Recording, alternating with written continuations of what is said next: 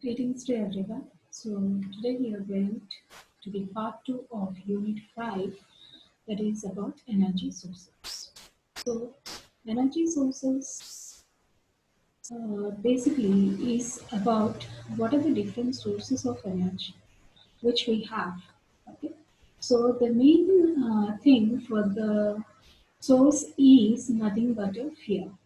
So, a fuel can be defined as a combustible substance containing carbon as the major constituent. Okay? So, upon burning, it produces combustion reaction. So, then the main sources of fuels are coal and petroleum oils.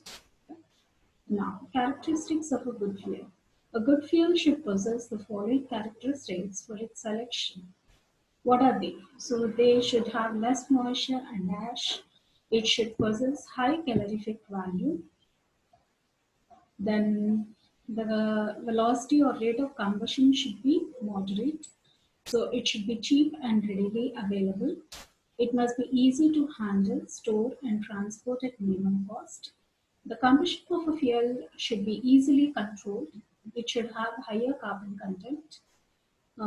It should have moderate ignition temperature, and it should not produce undesirable products or objectionable toxic gases. So this fuel is classified into three types, that is solid, liquid, and gaseous. And in turn, these solid fuels are again classified into natural, artificial, or synthetic.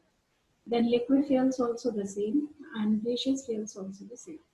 So the natural solid fuel, as an example, we have is coal.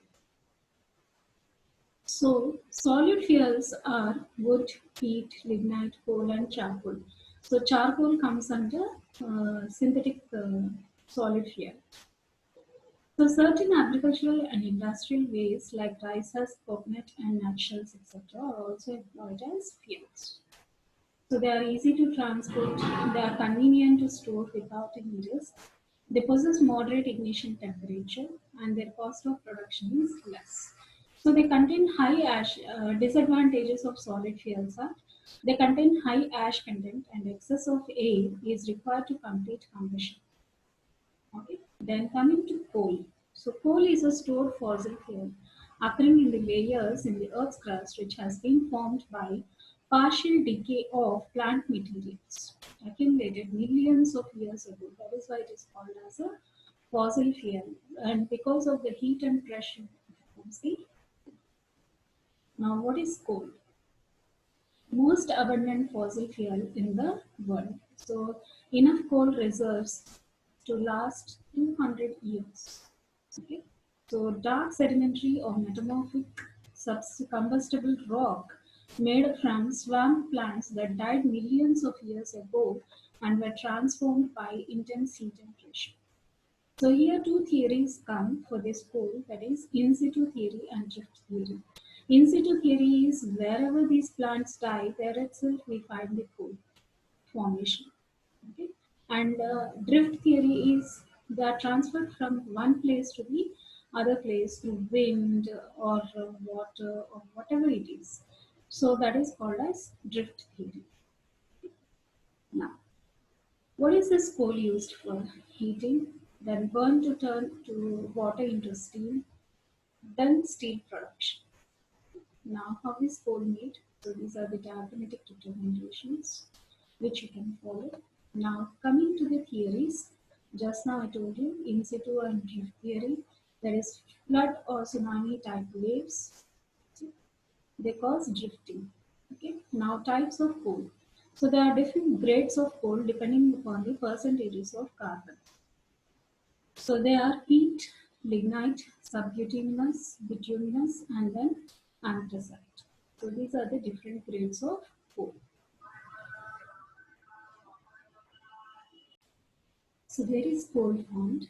So these are the various forms or grades of coal found in different regions.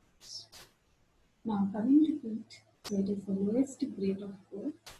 Then lignite, sedimentary rock, brownish black coal, high moisture content. So carbon content is ready to 25%. Then subbituminous coal. It is 30 to 45% of carbon is present in it. So it is a sedimentary rock. Then bituminous coal, 45 to 80%, and it is used for heating and electricity. Coming to anthracite, which is the highest grade of coal, is carbon content is around 80 to 96%. So this is the then artificial coal, that is coke, almost pure carbon, but it is heated without air to remove any water present. So these are the different colors of the different grades of the. Now coming to the analysis of coal. So how can we analyze a coal sample? So to analyze this coal sample, we have two types of analysis, that is proximate analysis and ultimate analysis. So proximate analysis gives us these four contents, that is moisture content, volatile matter content, fixed carbon and ash. Whereas ultimate analysis of coal, that is elemental analysis, so it gives us the different elements, that is carbon, hydrogen, oxygen, nitrogen and sulfur. So how are these analysis made? So proximate analysis records moisture, volatile matter, ash and fixed carbon as percentages of original weight of the coal sample. So this analysis is of significance in commercial classification and industrial utilization of coal. So it is quantitative analysis of following determinations. So first, moisture content. So to remove the moisture, what we have to do, we have to heat it. So what we do is we take 1 gram of coal sample, okay, and then which is air dried, and it is weighed in a crucible and placed in an hot air oven, which is maintained at 105 to 110 degrees centigrade, and it is kept for 1 hour and then taken out.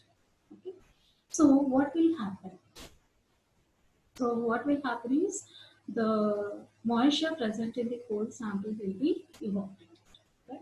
When we heat it till that temperature for 1 hour. So the percentage of moisture content will be what?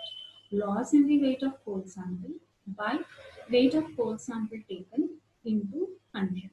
That gives us the moisture content present in the coal sample. Now, coming to the next step, that is volatile matter. So for volatile matter, the moisture-free coal, which is taken in the first step, okay, that is for calculating moisture content, is taken for the same, is taken for the volatile matter, okay, and then it is taken in a crucible, silica crucible, and heated for 7 minutes in a muffled furnace at around 925 degrees centigrade. Okay.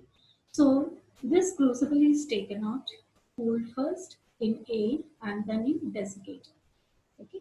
So when we cool the sample, again, whatever volatile matter is there, that will escape in the atmosphere. Right? So what happens? Again, there will be a loss in the weight. So percentage of volatile matter will be calculated as loss in weight of volatile matter content by weight of coal sample taken into 100. That gives us the percentage of volatile matter present in the coal sample. Then coming to the ash content.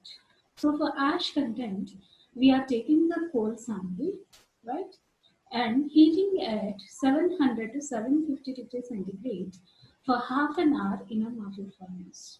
So the weight of residue remaining in the crucible is reported as the percentage of ash. Okay? So percentage of ash will be nothing but the weight of the ash formed by weight of coal sample taken into 100. So that gives us the percentage of ash content. Now coming to fixed carbon content. So fixed carbon is the quantity of carbon in coal that can be burnt by primary current of air drawn throughout the hotbed of the fuel. So percentage of fixed carbon is nothing but 100 minus percentages of moisture content, volatile matter content, and then ash content. So that gives us the fixed carbon content. Now, coming to the significance significance of this proximate analysis. So it provides us the valuable information in assessing the quality of the coal, right? So moisture content. What happens if moisture content is more, right? So it increases the cost of coal as well as its transportation charges, right? So it should be less. Then only quality of coal will be better. Coming to volatile matter. So it may be consisting of combustible gases, right? Like H2, hydrogen, carbon monoxide, methane, etc. Or non-combustible gases such as carbon dioxide, nitrogen. So the presence is not needed, right? So the volatile matter content influences the furnace design. Okay.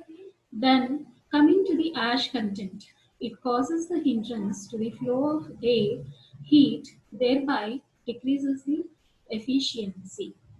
Okay.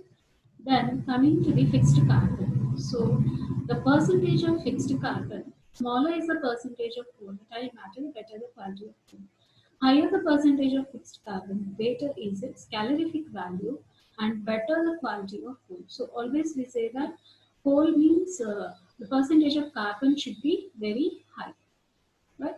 So this is the proximate analysis of coal in which we are going to find out the quality of the coal sample by measuring its moisture content, volatile matter content, ash content and fixed carbon content. So we are saying that the fixed carbon content should be very high.